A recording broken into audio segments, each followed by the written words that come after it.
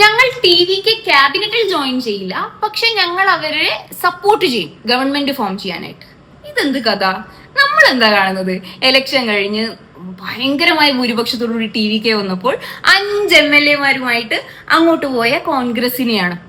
അവിടെയാണ് ഒരു ഇടതുപക്ഷ പാർട്ടി വന്നിട്ട് ജോയിന്റ് ആയിട്ട് സ്റ്റേറ്റ്മെന്റ് പറയുന്നത്. CPIM CPI സ്റ്റേറ്റ്മെന്റ് അല്ലെ, ഞങ്ങൾ TVK ക്യാബിനറ്റിലില്ല, പക്ഷെ ഞങ്ങൾ അവരെ സപ്പോർട്ട് ചെയ്യുന്നു. എന്നിട്ട് ഈ ഇടതുപക്ഷ അനുകൂലികൾ പറയുന്നത് എന്താണെന്നറിയോ? അതായത് ഞങ്ങൾ ഇങ്ങനെ ചെയ്തില്ലെങ്കിൽ വിജയ്ക്ക് എന്ത് ചെയ്യാൻ പറ്റില്ല, മെജോറിറ്റി പ്രൂവ് ചെയ്യാനായിട്ട് പറ്റില്ല. സ്വാഭാവികമായിട്ടും തമിഴ്നാടിന്റെ ഭരണം ഗവർണർ ഏറ്റെടുക്കുകയും അതുവഴി സംഘപരിവാർ BJP പാർട്ടികൾക്ക് അവിടെ ഒരു സ്ഥാനം ഉണ്ടാവുകയും അത് വരാതിരിക്കാൻ വേണ്ടി, ഒരു സ്റ്റെബിലിറ്റിക്ക് വേണ്ടി എന്നാ പറയുന്നത്. രണ്ടാമത് ഈ ഇടതുപക്ഷ അനുകൂലികൾ പറയുകയാണേ, what Congress did is betrayal എന്ന്, വഞ്ചിച്ചു DMK-നെ. പക്ഷെ what we are doing strategic alliance എന്ന്. എന്താണ് ഈ സ്ട്രാറ്റജിക് അലയൻസ്? നമുക്ക് ഈ വാക്ക് ഭയങ്കര പുതിയതാണല്ലേ. അങ്ങനെ വരുമ്പോഴാണ് 1996 ഇലക്ഷൻ, ജനറൽ ഇലക്ഷൻ കഴിഞ്ഞിട്ട് അന്ന് 543 ലോക്സഭ സീറ്റ്സ് ആണുള്ളത്. അതിൽ ഒരു പാർട്ടിക്ക് കേവല ഭൂരിപക്ഷം എന്ന് പറയുന്നത് 272 സീറ്റാണ്.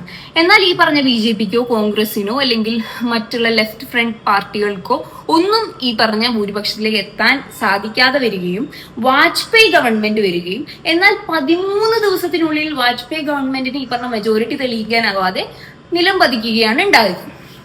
അങ്ങനെ വന്നപ്പോൾ സ്വാഭാവികമായും റീജിയണൽ പാർട്ടീസും ലെഫ്റ്റ് ഫ്രണ്ട് പാർട്ടീസുമായിട്ടുള്ള യുണൈറ്റഡ് ഫ്രണ്ട് അധികാരത്തിൽ വരികയാണ്.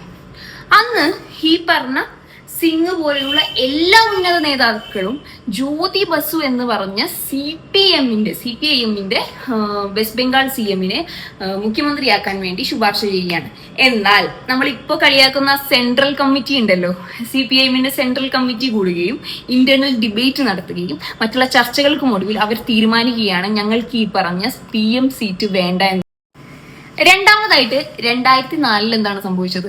ലോക്സഭാ ഇലക്ഷന് ശേഷം അന്ന് കോൺഗ്രസിന് 219 സീറ്റായിരുന്നു, അതുപോലെ തന്നെ BJP-ക്ക് 189 സീറ്റായിരുന്നു, ഇടതുപക്ഷ പാർട്ടികൾക്ക് 61 സീറ്റായിരുന്നു.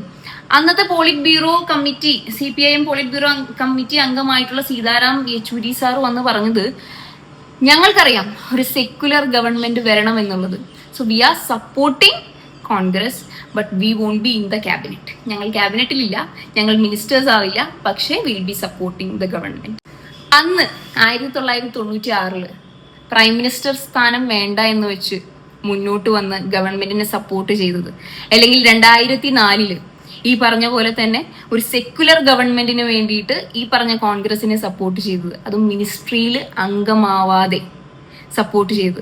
ഇപ്പൊ ഈ കഴിഞ്ഞ TVK ക്യാബിനറ്റിൽ ഉണ്ടാവില്ല, പക്ഷെ ഞങ്ങൾ സപ്പോർട്ട് ചെയ്യും ഒരു സ്റ്റെബിലിറ്റിക്ക് വേണ്ടിയിട്ട് എന്ന് പറയുന്നത്, ഇതൊക്കെ ഒരു നിലപാടാണ്. ഇടതുപക്ഷക്കാർക്ക് മാത്രം മുന്നോട്ട് വെക്കാൻ പറ്റുന്ന നിലപാട്, വർഗീയ ശക്തികൾക്കെതിരെയുള്ള ഒരു നിലപാടാണ്. അതിന് കനൽ ഒരു തരിയോ അല്ലെങ്കിൽ അതിലൊരു പ്രൈം മിനിസ്റ്റർ ആവണമെന്നോ പ്രസിഡന്റ് ആവണമെന്നോ CM ആവണമെന്നോ ഒന്നുമില്ല. ജനങ്ങൾക്ക് വേണ്ടി ജനപക്ഷത്തിരുന്ന് ഈ കഴിഞ്ഞ ഇലക്ഷൻ റിസൾട്ട് വന്നപ്പോൾ ഒരുപാട് കളിയാക്കലുകളും ട്രോളുകളും ഒക്കെ കാണാനിടയായി. ശരിയാണ്, തിരുത്തലുകൾ ആവശ്യമാണ്, അത് തിരുത്തിക്കൊണ്ട് തന്നെ മുന്നേറും.